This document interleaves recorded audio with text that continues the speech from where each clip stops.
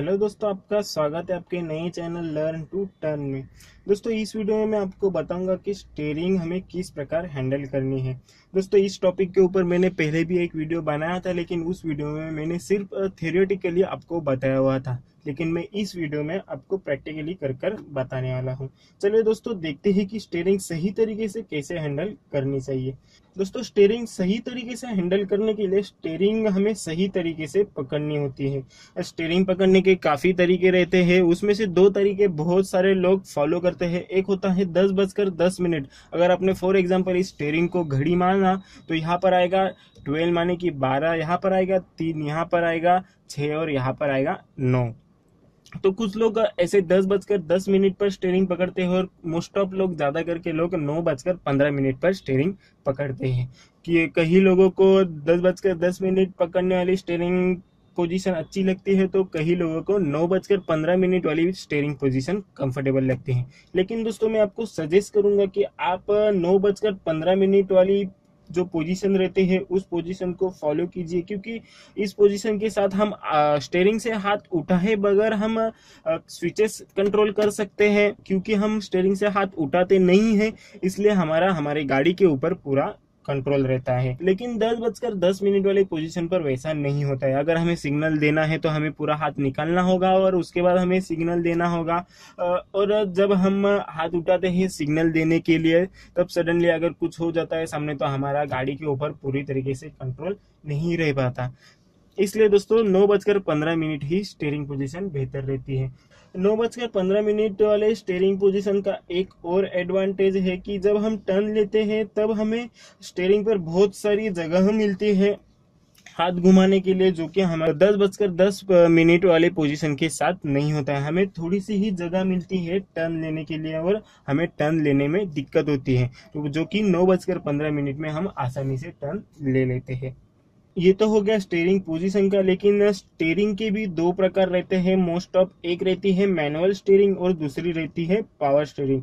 इन दोनों में सिर्फ इतना ही डिफरेंस होता है कि हैंडल करने के लिए मैनुअल स्टीयरिंग में ज्यादा एफर्ट लगाना पड़ता है और जो पावर स्टीयरिंग रहती है उसमें कम एफर्ट लगाना पड़ता है।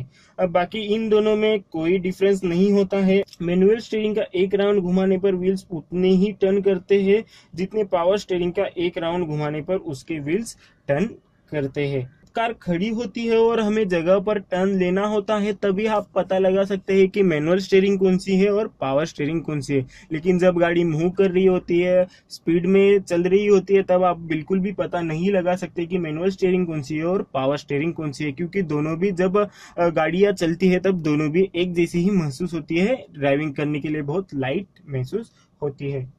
जब हम स्टीयरिंग पकड़ते हैं, चाहे वो मैनुअल स्टीयरिंग हो या फिर पावर स्टीयरिंग हो, हमें बिल्कुल लाइटली ही स्टीयरिंग पकड़नी है, आराम से, जिससे कि आपको टर्न लेने में और स्टीयरिंग कंट्रोल करने में आसानी हो। अगर आपने जकड़ कर स्टीयरिंग पकड़ी तो आपके हाथ जल्द ही दुखने लगेंगे और आपको टर्न लेने में भी दिक्कत महसूस होगी और स्टीयरिंग आप ठीक से हैंडल नहीं कर पाओगे। स्टीयरिंग हैंडल करते वक्त हाथ हमें लाइटली स्टीयरिंग के ऊपर रखना है और टर्न लेते वक्त अगर हमें राइट टर्न लेना है तो हमें लेफ्ट हाथ से स्टीयरिंग राइट की तरफ ढकेलनी है और राइट हैंड लाइटली छोड़ना है और धीरे धीरे ऊपर ले आना है। और जहां पर ये दोनों हाथ मिल जाते हैं वहां से फिर हमें राइट हैंड से स्टीयरिंग खींचनी है और लेफ्ट हैंड लाइट छोड़ देना है।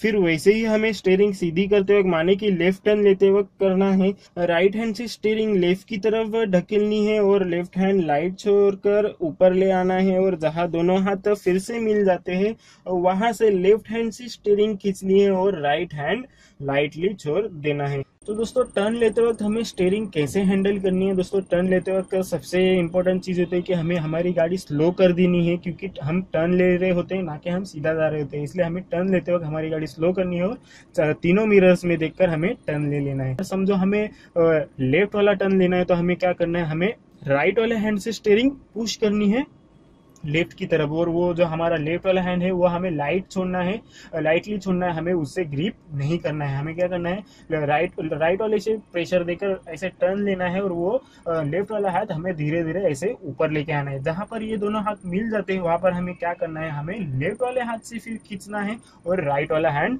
ऐसे ही लाइट छोड़ देना है। और जैसे ही टर्न पूरा हो जाता है हमें फिर से वैसे ही करना है। हमें लेफ्ट वाले हैंड से स्टीयरिंग वापस जगह पर लेके आनी है, और जहाँ पर राइट वाला हैंड और लेफ्ट वाला हैंड नज़दीक आ जाते हैं वहाँ से हमें राइट हैंड से स्टीयरिंग जगह पर ले आए। टर्न लेते वक्त हमें दोनों हाथों का एक्स नहीं होने देना है, इससे आप कंफ्यूज हो जाओगे और आपकी गाड़ी गलत दिशा में चली जाएगी और उससे एक्सीडेंट होने की संभावना रहती है। अगर आप टर्न लेते वक्त ऐसे आपका हाथ बीच में ला रहे हो तो ये गलत होता है, क्योंकि अगर एक्सीडेंट के वक्त एयरबैग खुल गई तो आपका हाथ बीच में होने के वजह से जो एयरबैग का जो प्रेशर गिरेगा वो आपके हाथ के ऊपर गिरेगा और आपका हाथ इंजर्ड होने की संभावना बढ़ जाती है। इसलिए स्टीयरिंग कंट्रोल करते वक्त दोनों हाथ स्टीयरिंग के ऊपर ऐसे घुमाने हैं, ना कि बीच में आने देने हैं। आजकल लोग आराम से ड्राइविंग करना पसंद करते हैं ट्रैफिक में या फिर हाईवे पर, इसलिए इजी कंट्रोल के लिए लोगों को एक हाथ से ड्राइविंग करना पसंद होता है, जो कि सेफ ड्राइविंग का तरीका नहीं है। फिर भी हैसल फ्री ड्राइविंग के लिए, स्ट्रेस फ्री ड्राइविंग के लिए और आसानी से टर्न लेने के लिए लोग एक हाथ का ज़्यादा इस्तेमाल करते हैं।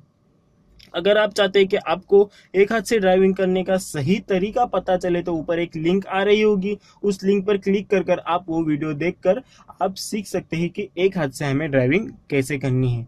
तो दोस्तों आशा करता हूँ कि आपको मेरा वीडियो पसंद आया होगा। अगर आपको मेरा वीडियो पसंद आया तो प्लीज लाइक करिए, शेयर कीजिए और मेरा चैनल सब्सक्राइब करना ना भूलिए। फॉलो कीजिए, ड्राइविंग करते वक्त अलर्ट रहिए और अपने मोबाइल से दूर रहिए।